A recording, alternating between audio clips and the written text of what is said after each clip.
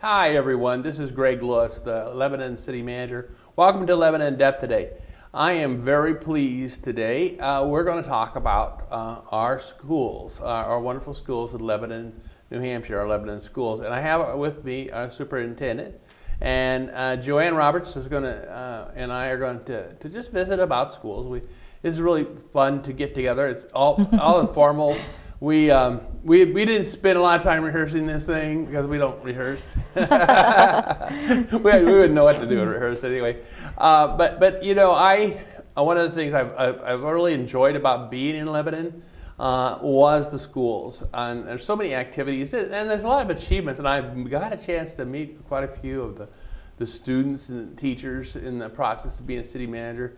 And that's very enjoyable, and the parents of all those students, because it's important to be partnering between parents and students and teachers and principals and our administrators in our schools. So it is a good time and it's spring, and I brought some tulips today. I'm a big fan of tulips, for those out there. I might have mentioned this before, but you know, I'm trying to make it spring here in Lebanon.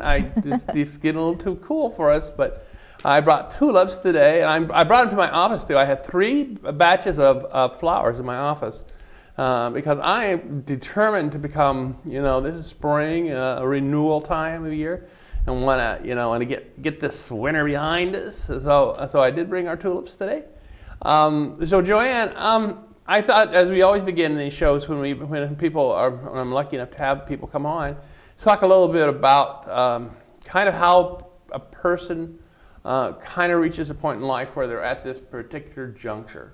Mm-hmm. And now, you know, as a superintendent, I know you're starting interim, and now you're going to be named superintendent, and that's really neat. I'm really happy that you're going to be our superintendent, and you are our superintendent. But how in the world did you ever get to a position of being a superintendent? Mm-hmm. How did that happen? When you were a little girl, were you going to be a superintendent?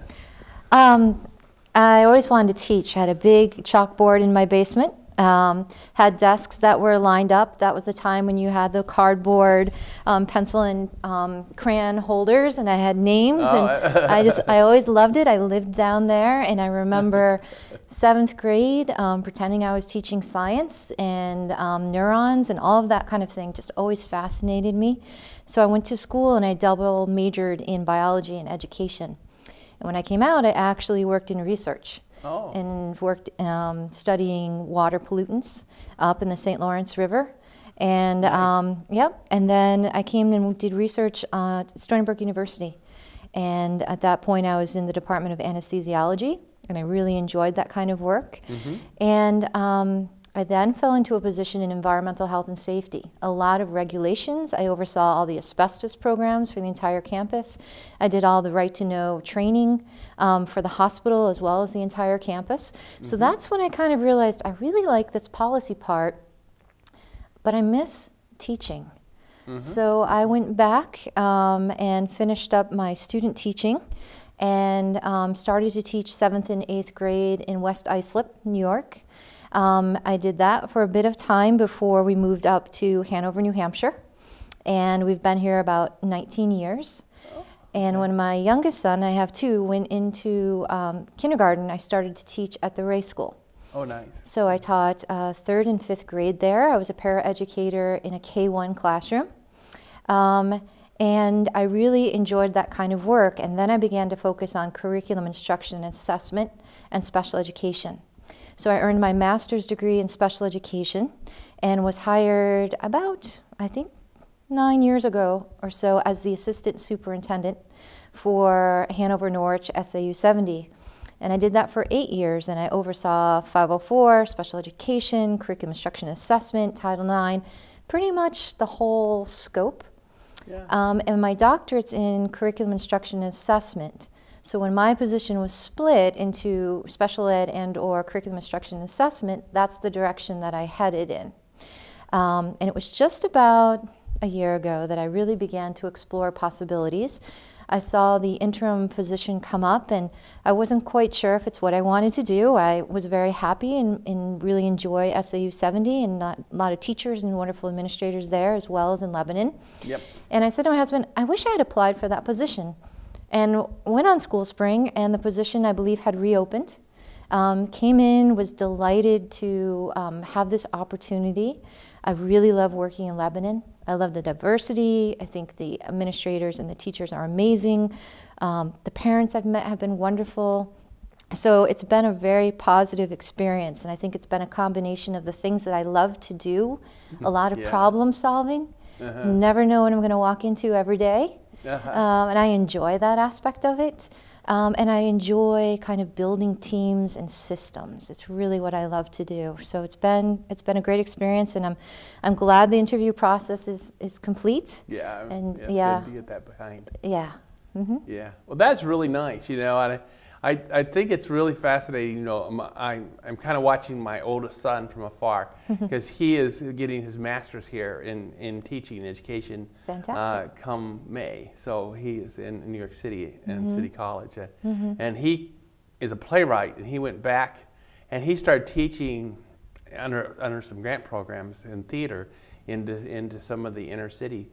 And then one of his sponsors under this grant suggested he go into this master's program they had it was kind of an urban education emphasis for teaching in urban schools in New York City at City College. And so he entered that 2 years ago. So he's going to be graduating. We have his credentialing for teaching, and he'll be doing that as well as writing plays, but he'll also be teaching theater in the schools. Oh, that's great. And so that's always fun, you know, and for you to, as you describe it, you know, your passion for the feeling of teaching and team building and things like that, because people don't quite understand maybe the old traditional way.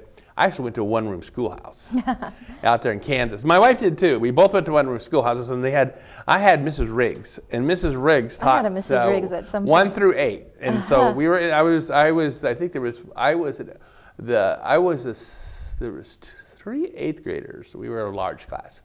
And my wife was the only one in her class, and watching the teacher, you know, going up in a school where you had one teacher for 8 grades, and there was only a few in each grade, and you're out in the prairie, and that's the kind of way she went there for her whole grade school. I only went there for a couple years, but she had the great experience. But being a teacher, building a classroom that you know that's working in a school that works, and you start with that seems really primitive. And now our days of assessing and the things you were talking about are really, you know, life has changed dramatically. But some of the basics probably have remained very similar in terms of all the past and the present and the future for teachers. So it's neat that you're in a profession like this and how you got there. Kind of you didn't do it. I always tell people, are we all straight line thinkers now, that we go from A to B? You know, and I always, when young people will talk to me about a career planning, and they, you know, it's not A to B. It's just you find your way. Yeah, definitely. You find your way, and you wonder, well, is it serendipity that causes it to happen, that you end up in this one place or not, or is it, you know, are you? I've had some people very ambitious and said, I used to go to law school when I was in law school, and I had classmates where I said, well, what are you here for? Well, I'm here to be governor. I said, you're going to be governor. You know, I just got out of the Army, and I was pretty lost soul. But this person says, well, why am I in class? Well, I'm here to be governor. And but I don't think that's really the way it really works in life. So it's interesting how you went from various sundry features of things that you enjoyed, but you kind of enjoyed most of the things you did, and that kind of. Yeah, and I think that they've all taught me something different that I can bring to the job. Yeah. So I'm very comfortable in talking about facilities. I'm very comfortable talking about regulations and policies and working with federal and state agencies, not because I've always done that in the school, but I've done that through environmental health and safety. So I think if you can build on all of those things, and a superintendent job is so diverse that it's really helpful to be able to pull from different pots and say, oh, I kind of can, you know, connect with what you're saying. It's also a position where I'm constantly learning. I don't think there's mastery of being a superintendent, because there's just always something new. There's always a new situation, and even though you might have written the policy, how you are reading it and applying it is very fascinating to me as well. So I really enjoy it a lot. It's been great. You know, when you said mastery, I really like the concept of mastery.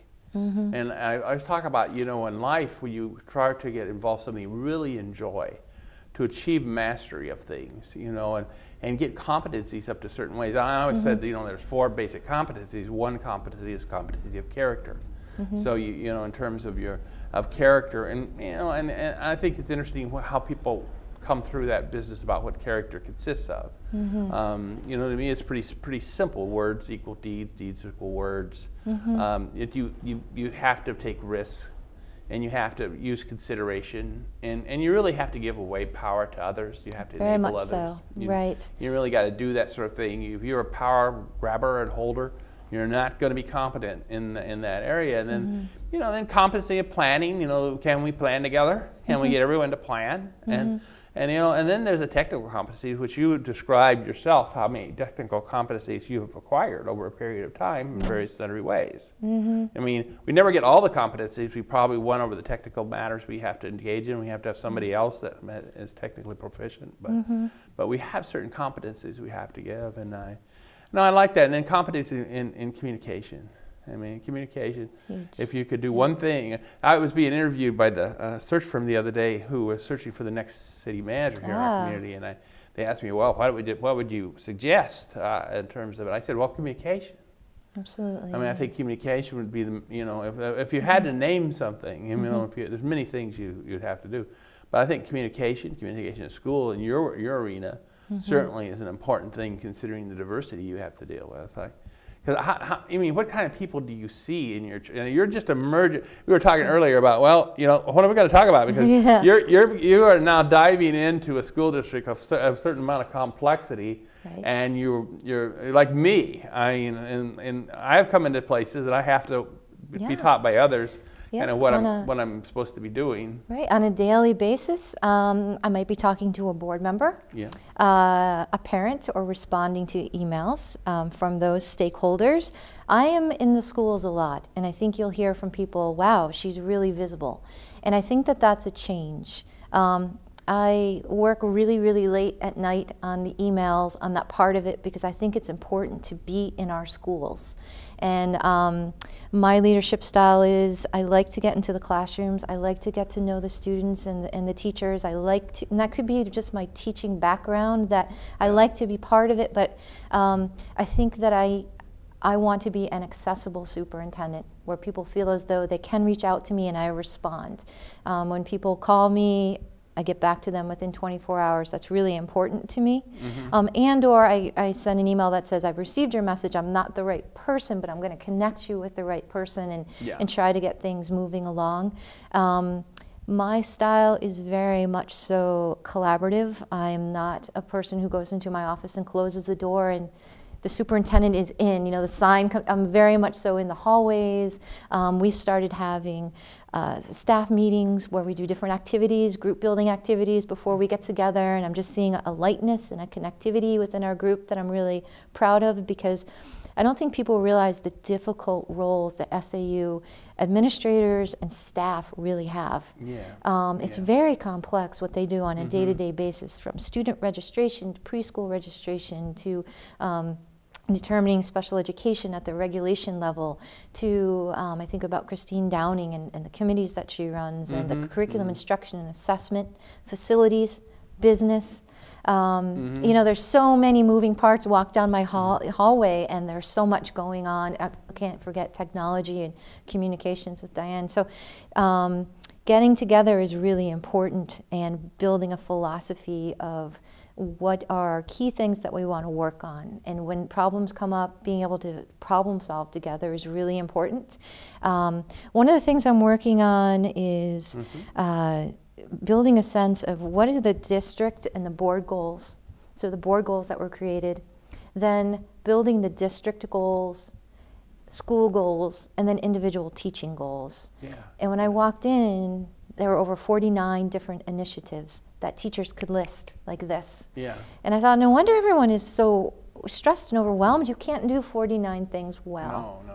You can talk about them, you can throw around a lot of edgy jargon, but let's really focus on a few things and do those things well, and kind of take our time with it and be allowed to say, if we're going to do it well, this is going to take a couple years, but it doesn't mean we're not doing a good job It actually means we're going to really invest time and energy. That's really, I love that. I love that because it's like it goes right into what when you start looking at it in that way, and you're looking for the core, the core of what. And every role is very important, and so every role, as they look at what the core of that role is going to perform, and then they could focus on that core, and any whether it's one individual, then it moves to a team, moves into a larger group. Any group work that when you have people focusing on core of what they're to engage in, then it just kind of just the synergy of that movement will really dramatically affect and make change that was positive in an organization. That's from every which direction. Right. You know, that's really neat. And I think you'll hear it a lot. Quite of us are echoing. How is this impacting student outcomes? Yeah. So there's so many different things going on in a school. It should really always come back to our students. And so when we have discussions with teachers or discussions as administrators, the conversation comes back to, so what's going to have the most impact on our students? And I think that has to be remembered constantly, because we're torn, we're pulled in so many different directions. Yeah. And I think that's a constant in our district, and we do really try to emphasize that. Another thing, a huge piece of what we're working on this school year is we have agreement. We just had both our teachers and our support staff have our union agreements. Oh, nice. And so we're moving forward with that. And part of the teaching agreement was agreement on an evaluation system. And we are using Marzano as our evaluation system, and iObservation, which is a software tool. So we are in our first year, and it's a big learning curve. And I just came from a meeting to talk about how do we best use our second year, because there's all these different indicators that go with an evaluation system, I think 60 plus. Yeah. So maybe instead of looking at all 60 plus, we should say we're going to focus on 6 to 10 and really understand and have a common language, and then add the others instead of looking at 60 and feeling a bit overwhelmed. Yeah. But when you get into software systems, you click and you're here and you're there, and it's really easy to see how things could move really fast. But it goes back to what you said. It's building that really strong foundation and then adding on to it.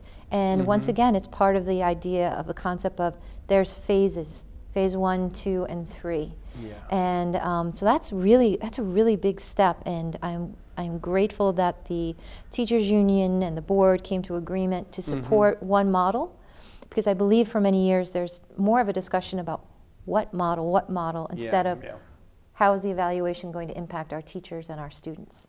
And so now I think we're moving in a really good direction with that. Well, that's really great. I mean, that is really a challenge. I know how difficult that would be. The role of parent in the school today, what's your perspective on that? Well, parents are key. I mean, they know their child the best, and I think that it's important for parents to advocate and for us to model how to advocate in a positive way. Yeah. I think that without them, we can't do a whole wraparound with a student. We have to be in conversation and communication with parents. I send out a monthly superintendent's letter. Our principals send out updates, and I think that that's one way to communicate. One way also that I'm thinking of combining communication and kind of transparency is this fall I'm starting a strategic planning committee, and it's going to be composed of some community members, meaning business members as well as parents, teachers, administrators.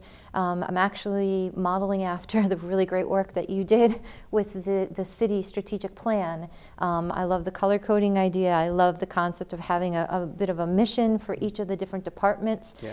But I think that's really important. I also this year created multiple surveys. I created a student survey. I created a parent community survey. I created a teacher survey. And I'm going to use all of that data to then bring to the strategic planning committee and saying, here are these stakeholders' voices. Here's what they're pointing out as really key. So how can we focus on that? I think a lot of schools or organizations, they do a survey, but they never kind of give the feedback. Yeah, give it what we filled the survey out. Then what was it? What are the potential outcomes? What's going to happen differently, or what's going to happen in a kind of a variation? Yeah, what I see as a theme from the surveys is the need to have individualized pathways for each student. And what I mean by that is not just, oh, this student's in special education, or this student really, because any student would benefit from enrichment, but maybe this is an accelerated student. But what are the different pathways? And I think we talk a lot about college and career readiness, but I am also big on internships at the high school level, extended learning opportunities. We hear a lot that our students graduate and they leave the Upper Valley and they don't come back, and our businesses would love to have talented people. So how do I partner and have our students have internships that they would love to have that bring it back to the Upper Valley? Another component that people have mentioned to me is a focus on science, technology, engineering, arts, and math, and that's the whole STEAM initiative. And I'm going with a group of teachers and Christine, who's the district director of curriculum instruction and assessment, to Manchester to visit one of their schools that's a flagship for STEAM, and bringing those concepts back to our own middle school and high school. So those are the kinds of things that resonated with me from the feedback from the community. I would say the individual pathways. We've had discussions about homework. We recently have homework policy changes. Even the use of movies in the classroom was a big discussion this year. We created a policy about, you know, is it really appropriate for students to be watching movies in class? When is it okay to show clips? When is it to show a certain segment? And people probably wouldn't realize the length and the depth and the months it took just to create that policy and to get agreement on it. But it also brought up a lot of philosophical concepts about the student's day and what's worth their time and what's not worth their time. So I would say those were very important things. Students having student voice. So using student council an appropriate point at middle school, and really having the high school student council have a voice and weigh in on things that some people might say are controversial, but they're quite able, probably even more so sometimes than adults. Oh yeah, the speed in which they can digest and respond is remarkable. It's just remarkable that the next generations that are coming. I mean, I'm very pleased about them. I'm very, very happy for them. I'm very positive for them. I would like to create a better environment for them to be coming into the world that we have. But I'm really pleased with them with their characteristics and their abilities. They're very, and we really would love to have them stay here. And you know, having the interns, we talk a lot about what it would take to be a successful community, and that part of the successful community is making it a place where there is opportunity for lifetime learning. There is an opportunity for an in-between life between work and home, and that trying to find out what these particular things would be. And if we're thinking a lot of it falls into the kind of wellness and physical and mental and spiritual kind of activities that would be very helpful for quality of life, and trying to create that situation, whether it be greenways for people because I think I always use my children. I mean, they would pull right into the idea of greenways, the idea of utilization of technology. I mean, they basically live off an iPhone. I mean, so their mobile devices are quite, robust, and they take better pictures with an iPhone than I had my camera. I was trying to get the other day. I was over here for an award ceremony. I brought my daughter who was visiting Minnesota, and I brought my old camera, and she said, no. She gets out her iPhone and starts taking pictures, and much better quality pictures than on what I thought was a decent camera. So they just are very adept at this, and so that's really wonderful. And I think that people's focus in terms of how long you can focus a person for a period of time and what it is, if you don't engage them in the event, they tune out.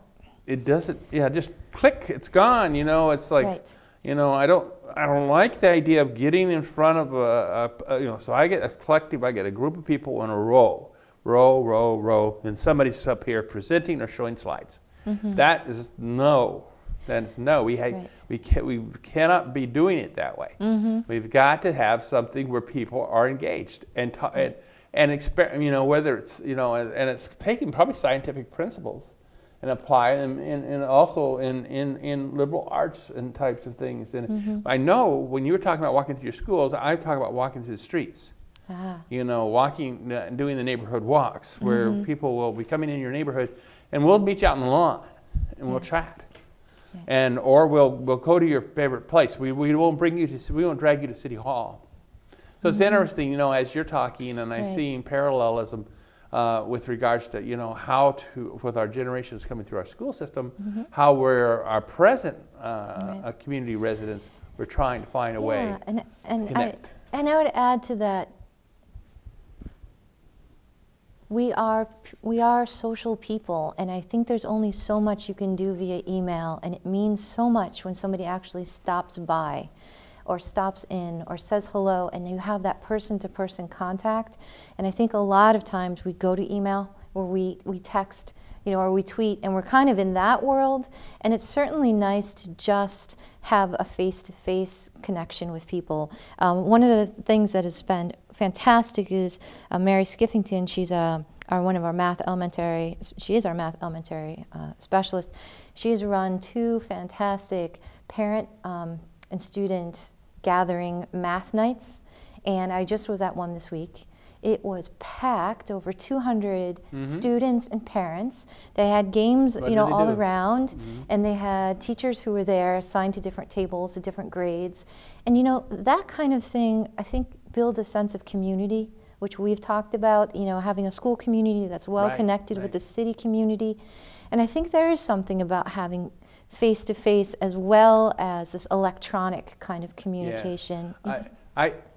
We are always visiting about the use of electronic, and I think that the better philosophy from just working with it for some time is it delivers information, but it doesn't deliver relationships, and so we should use that technology to deliver information that is that is high quality information, and it's nimble, and it's there, arrives in time every time. But the relationship needs to be that relationship that is made by in-person contact, or an audio video contact. You can use and exchange. Not one way communication, but it's always two-way. Always engaged. So I think that this is some wonderful thoughts are going on here in the schools. Events that are on the horizon now. We are in spring. We have graduation. Congratulations to all the graduates. I know we have a graduate in our office. Paula Mayville's son is graduating. Fantastic. We're very proud of him. We have a wonderful senior class, and I will miss them. We connected during the bonfire activity early on in the school year, and I'm always delighted when I see them in the hallways. We have our April break coming up the week after next, followed by, and there'll be our prom coming up. As you mentioned, there'll be awards nights coming up in June. There'll be the actual graduation. I want to say, I'm probably going to get the wrong date. I know it's on a Thursday in Lebanon. I think maybe June 9th, but I'm not 100% sure. You always check your website. Yes, it's on the website.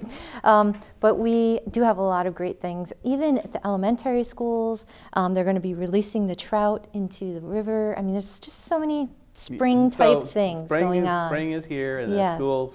Hopefully no more snow days. No more snow days. Those are those tulips. So the tulips are up. And in our last couple of minutes, I guess, Joanne, I really am glad you're here as our superintendent. I'm really glad people are experimenting and doing things in the school district where they're engaging with one another and the community, and that's really a wonderful thing. And it'll be an adventure as you do these new, as your team is building, and as everybody in the schools getting together and working together, and that learning experience that'll come out of that will serve them forever, because working together is really what it's all about. Because if you try to isolate or silo yourself up in a world that we live in today, it's not a successful plan of action. So you need to collaborate. But events that might be on the horizon in your thinking, not necessarily maybe they haven't congealed yet, but some of the ideas that are being thrown out that you want to mention that we haven't mentioned so far in our conversation the last minute or two? Well, I was able to visit the Rotary Club one time, and I hope to go back in the spring. I'd like to build that connection. Yeah. School-wide, we are definitely looking at building our goals for next year. I'm having a board retreat May 13th to talk about our goals and where we'd like to head. One of the things I'm actually working on is my own superintendent evaluation. I'd like to put one in place, and I actually want it to be connected to Marzano. So if our teachers are being evaluated using that model, I'd like to use that model for myself. We have a couple of new principals coming in. We've hired Aaron Sinkimani for the Hanover Street School principal position. Tim Kumarin is coming in for our Director of Special Services position. We are in the midst of interviewing candidates, actually this coming Tuesday, for the high school principal position. Right. So there are a lot of new administrators coming on board, and I think that's a big part of my role is welcoming them, supporting them, and having and building an administrative team. There are many of us that are new. So we're still trying to figure out what are our roles and how do we work together, and we've done a fantastic job, but I think that's part of my role is building that sense and facilitating team building. So those are, they sound small, but they're kind of big in nature. No, I think they're setting the ground in the right direction and looking where the compass is pointing and making sure we're headed off where we need to go. Yeah. So that's really wonderful. I think that people in Lebanon have often mentioned to me how they're proud of their schools, and I think they have a right to be proud of the schools. Absolutely. And the schools, I think, Joanne, from what you've shared with us today, the schools aren't stopping. The schools are pulling together. They're moving forward, and that's really what we all should do in Lebanon. Is that we should be moving forward, and but we have to pull together. And we have to support one another. And I know that for the city and the school work together, and we always try to look at things like where our schools are located, where they're planning around those schools, because we're trying to develop some better tools in our zoning toolkit to help and deal with our surroundings of our schools. Because every city, I think, one of the founding cornerstones of the cities are always the schools. Where are the high schools? Right. Where are the middle school? Where are the grade schools? Yeah. I think it's a choice, community choice making, and then we need to surround it and support it so that I know that we have situations where we have to look at our traffic management. We have to look at our trails and our streets and our sidewalks and all those things about the infrastructure, what a city can do. And the other thing I think, so that's a public infrastructure side of a house of the city. And that reminds me of two other things that we're working on very quickly is that we are hiring a facilities space planner to look at the high school and Hanover Street School and Mount Lebanon School as far as space. A lot of school districts are seeing decreasing enrollment.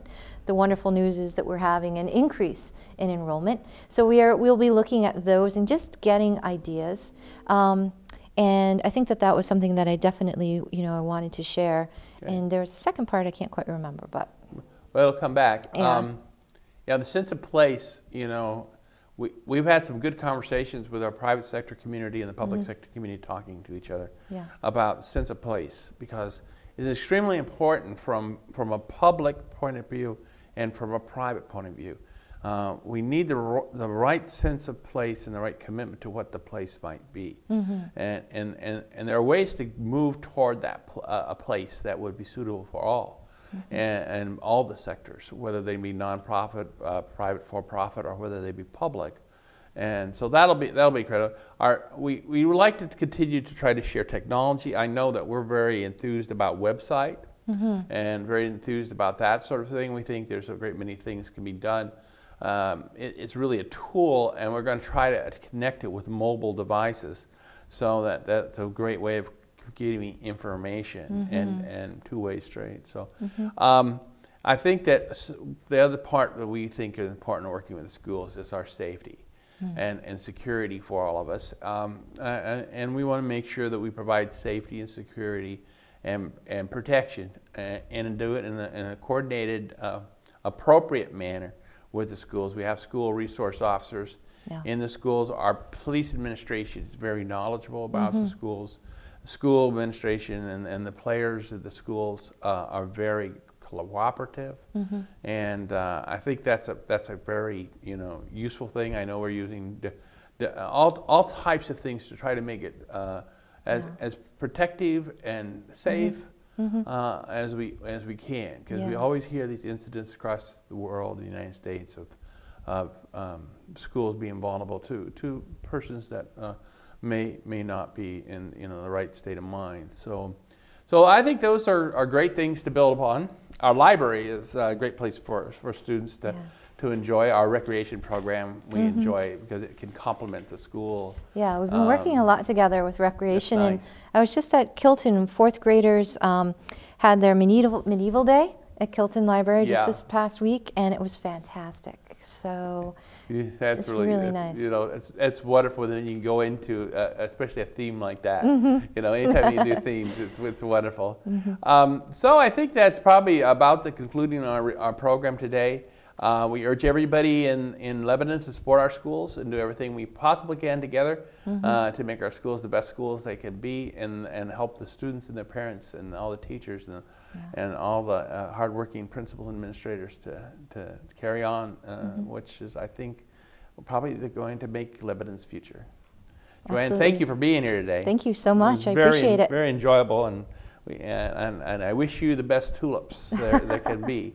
Everyone should have. And if you haven't planted tulip bulbs, next fall plant tulip bulbs, and join me, because I am really translating myself from city manager to a tulip tender, and I'm going to spend a great deal of my time with my animals, my dogs and cats, and my tulips. So this is only the beginning. Fantastic. Thank you. Thank you so much. Thank you, Joanne.